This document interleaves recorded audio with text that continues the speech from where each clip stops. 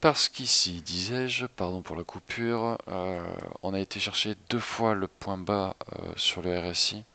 À moins qu'il y ait une troisième fois, mais si vous voyez, c'est pas trop la logique du- de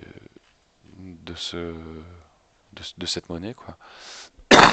Pardon. Donc, pour moi, au contraire, on est censé remonter, rechercher un beau petit sommet là, hein. Donc, pour moi, ce support est relativement strong. Il est difficile à percer par le bas.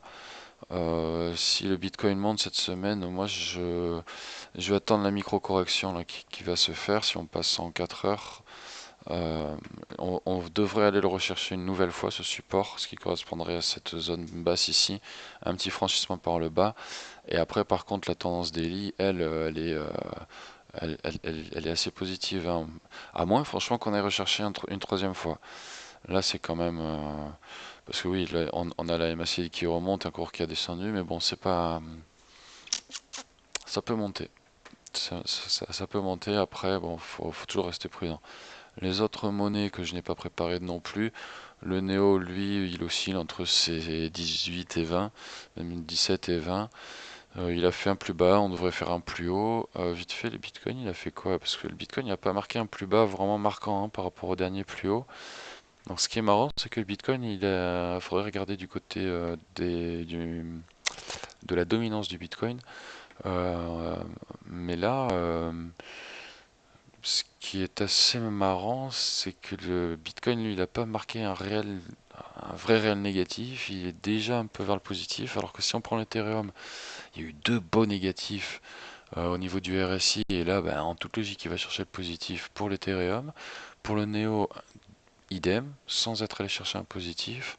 On va regarder le BNB, pareil, deux fois, une fois timide qui pourrait correspondre à celui-là, une fois beaucoup plus agressif, donc on devrait retrouver un côté agressif mais en positif cette fois.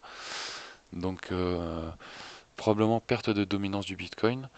L'ONT, pareil, hein, il a fait une telle baisse ici. Donc si le Bitcoin fait une petite stabilisation cette semaine, les altcoins pourraient prendre un bon petit côté positif. Alors, Omisego, je vais faire un petit briefing sur ce coin. Omisego, lui, ben, il y a eu deux négatifs aussi. Il est censé chercher un positif et on pète enfin le triangle de compression. Donc, surveillons. Il faut surveiller cette petite zone ici, voir si ça se retourne ou pas. Mais là, c'est plutôt pas mal. Ah, il a été faire un plus. Donc, en toute logique, il va aller rechercher une zone support qu'on pourrait trouver. On pourrait se la marquer ici déjà, une support basse. On changera la couleur parce que c'est pas très. Il pourrait corriger vers là. Voilà, on va se le mettre en orange pour celle-là. Je t'ai dit orange, merci. On va se le mettre en red pour celle-là. Celle-là, on va la mettre en violet. Sinon, on va plus rien comprendre. Good. Voilà, donc Omisego, il a percé. Il est venu le recorriger immédiatement pour que ça longe. Premier rebondissement. Donc là, il va chercher à établir des supports. Celui-là pourrait être pas mal. Je vais peut-être même plutôt prendre celui-là.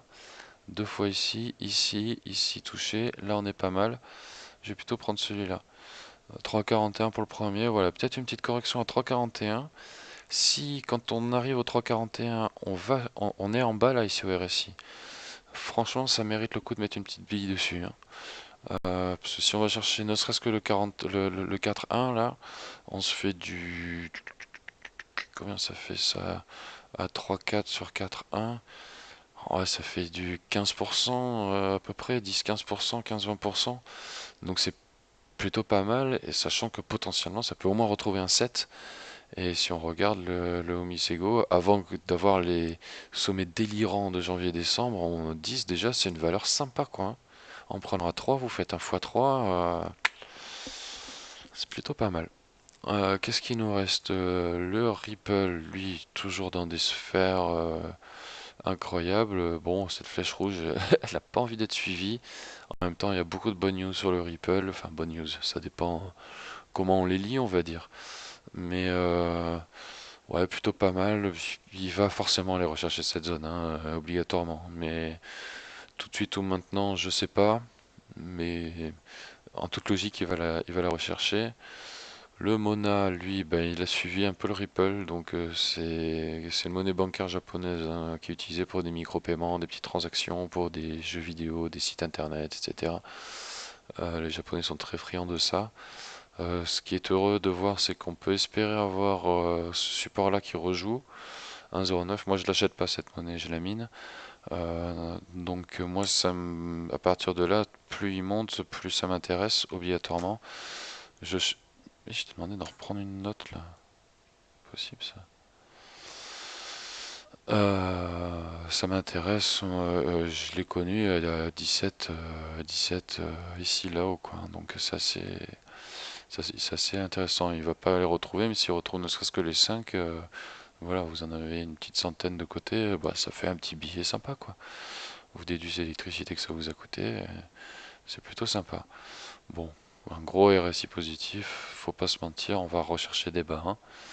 Donc les petites haltes, on va dire, sans mauvaise posture. Le Doge pourrait remonter, lui encore, hein, incroyable Doge, parce qu'il a été chercher un petit bas, donc intéressant. Le Power, lui, va redescendre. Voilà, donc voilà tout ce qu'on peut dire. Je ferai une autre vidéo sur les news, sur des coins, sur certains trucs. En particulier, je pense que l'Omisego sera le premier parce qu'il a on s'approche de certaines dates butoirs dans le white papers. Ils ont fait une mise à jour cet été en juin, plutôt intéressante. Donc, il faudra que je fasse une petite vidéo intéressante là-dessus. N'hésitez pas d'ailleurs à dire en commentaire des coins qui pourraient vous intéresser, à suggérer des points que vous voudriez aborder.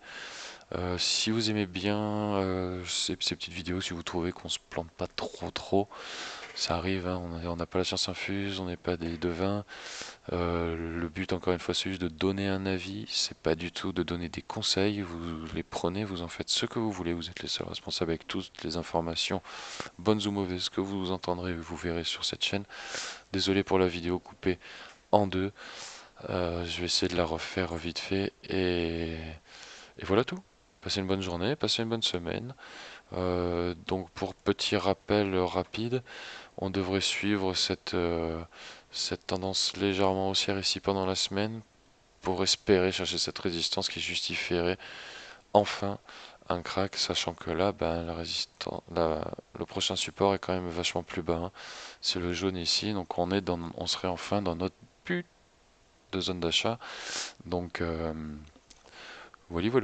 Allez, bonne semaine à tous, tradez bien, amusez-vous bien, n'hésitez pas à partager vos analyses techniques sur le groupe dédié, n'hésitez pas à rejoindre nos groupes Facebook, le groupe, la page Les comptes de Monte Crypto sur laquelle sont publiées ces vidéos, le groupe des news, le groupe des analyses techniques. N'oubliez pas qu'il y a également le site internet monter-crypto sans accent pour monter et au pluriel pour crypto.fr. Il y a des tutoriels pour savoir comment miner, comment vous inscrire sur un exchange, comment constituer votre profil pour ne pas qu'il y ait d'interférence entre votre vie réelle, on va dire, et votre vrai nom, votre vrai prénom, votre vraie adresse, etc. Et votre pseudonyme internet, créer un petit kit du trader afin de pouvoir rester discret sur certains secteurs et de s'exposer sur d'autres, mais selon votre désir. Voilà tout. Donc vous pouvez les regarder tout ça. N'hésitez pas à vous abonner pour être informé dès la publication de ces vidéos et à liker si vous l'aimez bien. Voilà. Ciao ciao.